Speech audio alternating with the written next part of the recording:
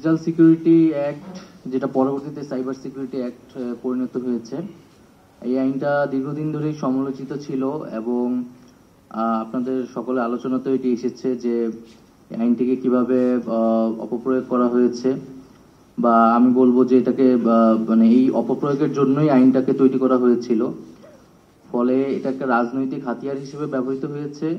ফলে আইনের এই যে পিছনের এই মনস্তত্ত্বটা আমাদের কাছে তো এখন স্পষ্ট। ফলে আইনটাকে আসলে আমরা যতভাবেই সংশোধন করি না কেন, এই মনস্তত্ত্বটার কারণে কিন্তু মানুষের কাছে ওই অনাস্থাটা আসলে থেকে যাবে। এটা একটা বড় প্রবলেম।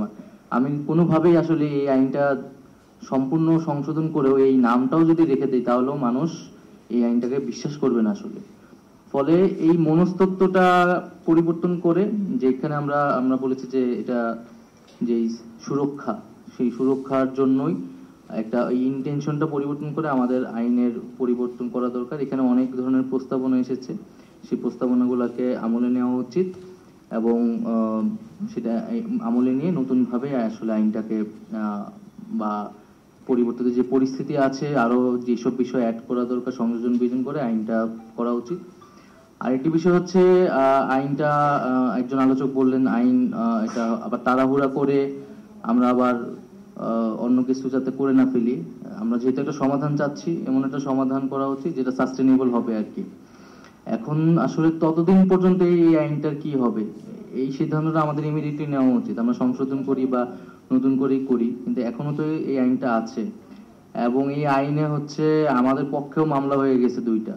আমাদের কটূক্তি করার জন্য দুইটা মামলা হয়েছে শুনছি, এবং কারা করেছে, কোন উদ্দেশ্যে করেছে। সো এটা আমাদের জন্য বিব্রতকর আর কি। তো আসিফ স্যারকে আমি আগেও বলেছি, আমাদের এই ক্যাবিনেটে আলোচনা হয়েছে।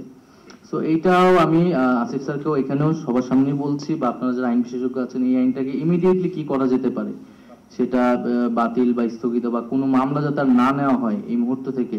আমাদের এই সিদ্ধান্তটা আসলে মানে খুবই দ্রুত নিতে হবে, নাহলে এটা যদি এই স্বাধীন বাংলাদেশে এই আইনে আরেকটি মামলা হয়, এটা আমাদের সকলের জন্য আসলে বিব্রতকর হবে। তো সবাইকে ধন্যবাদ জানাচ্ছি। আর যারা এই আইনের ফলে ভিকটিম ছিলেন এবং এই আইনের বিরুদ্ধে যারা এতদিন আন্দোলন করেছেন, লড়াই সংগ্রাম করেছেন, তাদেরকে অভিনন্দন জানাচ্ছি, সাধুবাদ জানাচ্ছি।